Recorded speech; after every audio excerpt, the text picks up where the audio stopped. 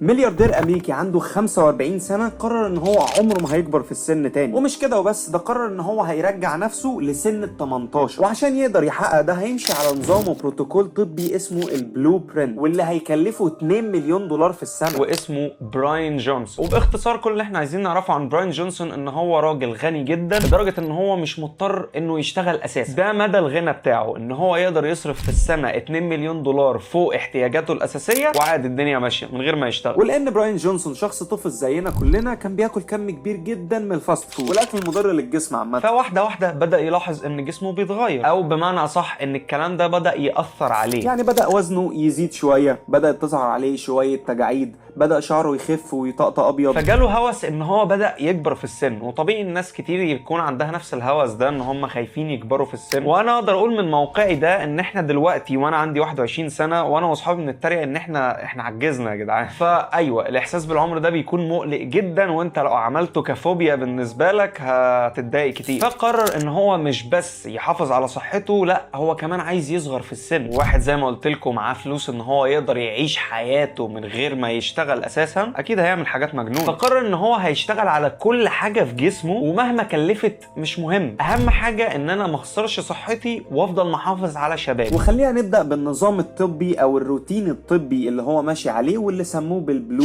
برنت، واللي بالمناسبه انا مش حاسس ان هو فرق في شكله خالص، بالعكس انا حاسس ان شكله يدي اكتر من 40 سنه كمان. بس المهم خلينا نبدا بالروتين اليومي بتاعه. بقى بيصحى الساعه 4 الصبح، اول حاجه بيعملها ان هو بياخد جلسه ليزر عشان يحافظ على شعره باشعه انفراريد وحاجات زي كده. حقيقي انا لا افقه عنها شيء ومش ناوي ان انا اجربها خالص. هو بيعمل كده عشان يحافظ على شعره، ان هو ولا يبيض ولا يقرع ولا اي حاجه من الكلام ده. بالنسبه لي انا فعلا لو بدات احس ان في عندي بوادر صلع، او ان انا خلاص شعري فعلا مش هينفع يتسرح تاني، انا هحلقه زيرو، وما عنديش مانع ان انا افضل طول حياتي عايش بولد، ما عنديش مشكله. لكن بقى موضوع زرع الشعر وان انا اقعد انحت فيه مع اني واثق 100% ان هو مش هيرجع تاني، ده الصراحه اهدار للوقت والفلوس. فاوفر لي ان انا احلقه زيرو حتى اكون عملت لوك جديد. تاني حاجه بيعملها في يومه، وهو بيعمل الموضوع ده كل يوم، ان هو بيعمل تشيك اب كامل لجسمه من المقاسات والوزن والحراره وسرعه نبضات القلب وكل الكلام ده. هل ده هيفيد في ايه؟ انا حقيقي ما عنديش معلومة. وبعد كده بيخش ان هو بيعمل جلسة اشاعات تانية، ودي بغرض ان هو يريح جهازه العصبي. بيجيب شيء او حاجة كده عامل زي كليبسات بيحطها في ودنه، ودي الغرض منها ان هي تريح جهازه العصبي كله عشان ما يجهدوش، او بمعنى صح ان هو يريحه او يمد في عمر الجهاز العصبي بتاعه. وبعد كده بيجي وقت التمرين بتاعه اليومي، بيخلص التمرين وعنده 3 وجبات الفواصل ما بينها في حدود 2 ل3. ولان هو شخص نباتي فبتكون كلها خضروات، ونباتي هنا اقصد فيجن مش فيجيتيريان، وانا عملت فيديو عن الموضوع ده وايه الفرق ما بينهم. واجازه للوقت، الفيجن بيكون نباتي 100% بدون اي مشتقات حيوانيه، انما الفيجيتيريان بياخد مشتقات الحيوان لكن ما بياكلش اللحوم نفسها. والمفروض ان ال3 وجبات دي بتكون فيها كل العناصر اللي هو محتاجها في يومه من الاكل، وبعد كده بيصوم طول اليوم. ولان طبعا الاكل مش كفايه ان هو برضو يديك العناصر اللي انت محتاجها كبروتين وفيتامينات وكل الكلام ده، فهو بياخد كم كبير جدا من البراشيم او الحبايات او الاقراص او ايا كان اللي انت بتسميها ايه، وبياخد ما بين الوجبات بتاعته 100 حبايه او برشام. وخلينا برضو ناكد ان الموضوع ده هو بيعمله كل يوم، مش ان هو فتره معينه او لا. انت متخيل ان واحد هيستمر حياته كلها على نفس النهج ده، ان هو يعمل نفس النظام ده كل يوم؟ ده شيء في حد ذاته انا شايفه مجهد جدا. طب ايه الهدف ان انت تفضل محافظ على شبابك وانت ما بتستمتعش بيه؟ يعني بالروتين بتاعه ده هو حرفيا ما بيخرجش من البيت، ما بيعملش اي حاجه، ما بيعرضش نفسه للشمس. فواتس ذا بيربز؟ انت هدفك ايه في كل الموضوع ده يا سيدي؟ انت رجعت في العمر بتاعك وبقيت صغنون وحلو، وبعدين ما انت بتستمتعش بالكلام ده. ولو حد بيتساءل ايه الكم الرهيب من البراشيم اللي هو بياخدها دي، هي بتكون عباره عن فيتامينات انت بتاخدها برضو في المالتي فيتامين، بس لما انت بتاخدها في المالتي فيتامين بيكون تركيزها اقل، فهو عشان ياخد العناصر دي مركزه اكتر فبياخد كل فيتامين او مكمل في قرص لوحده. ده شيء ناس كتير بتعمله، بس حقيقي الرقم اوفر. ليه 100 قرص في اليوم؟ في فتره الصيام بتاعته بقى بيكمل تشيك اب على جسمه كله وبالتفصيل كبد وكلى وقلب وكل الكلام ده. حقيقي برضو مش عارف ايه لازمه الموضوع ده ان هو يعمله يوميا وفي الاخر ما بيستمتعش بحياته. احنا بنلف في نفس الدايره، انت دلوقتي صغرت في السن، عملت ايه؟ ده غير ان هو كل فتره كان بيحقن وشه بحقن دهون.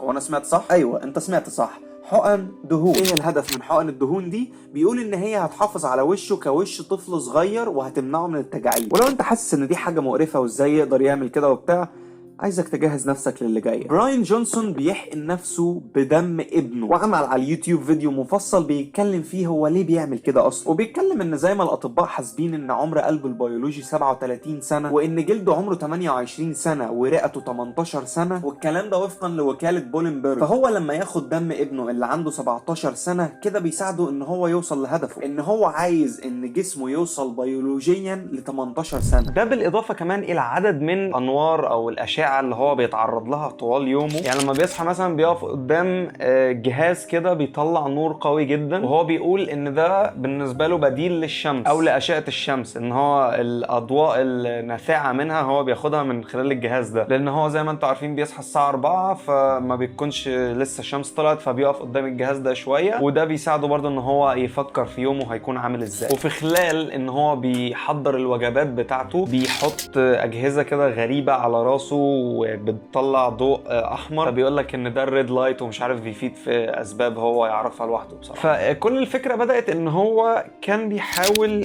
يحافظ على صحته او جسمه او شكله، بس زي ما تقول ان الموضوع بهوأ منه جامد جدا. الموضوع افور وسع قوي بدرجه ان هو كل حاجه عامل لها شيء عشان نطول في عمرها شويه، زي ان هو برضو عنده جلسه يوميه ان هو بيقعد قدام جهاز كده بيطلع اشعه المفروض ان هو بيجدد الخلايا الجلديه او حاجه شبه كده يعني، وده الحقيقه بيخلي الموضوع زياده عن اللزوم جدا. انت لو تقبلت الوضع الحالي وتعايشت مع سنك اللي هو بالمناسبه مش كبير، 45 سنه ده مش شخص عجوز ولا حاجه، لو كنت انت تعايشت مع اللي انت فيه عادي، لانه والله شكله قبل البلو برنت او الروتين الطبي اللي هو ماشي عليه ده احسن بكتير من دلوقتي. انت لو خدت بالك من حته ان هو بيعمل كده عشان يكون شكله اصغر ويعيش فتره اطول، هو بيحاول يوصل للهدف ده بس هو فعليا مش عايش، يعني تحس ان هو انحرف عن الهدف الاساسي بطريقه ما. المفروض ان هو بيعمل كل ده عشان يكون عنده جسم اصغر عشان يستمتع بحياه اطول او فيها حيويه بقى ونشاط ويقدر يتعامل كانه شاب صغير. وانا رايي ان هو انحرف تماما عن اللي هو كان عايزه او اللي بدا بيه من الاول خالص. وعايز اقول لك ان في دليل حي بيثبت ان الطبيعي احسن وفعال اكتر بكتير من اللي هو بيعمله ده، وتتاكد بنفسك لما تتفرج على الفيديو ده. وما تنساش تكتب لي في الكومنتات حابب الفيديوهات اللي جايه تكون عن ايه، ولو عجبك الفيديو تعمل لايك وتشترك في القناه حالا. و see you soon, take care and peace.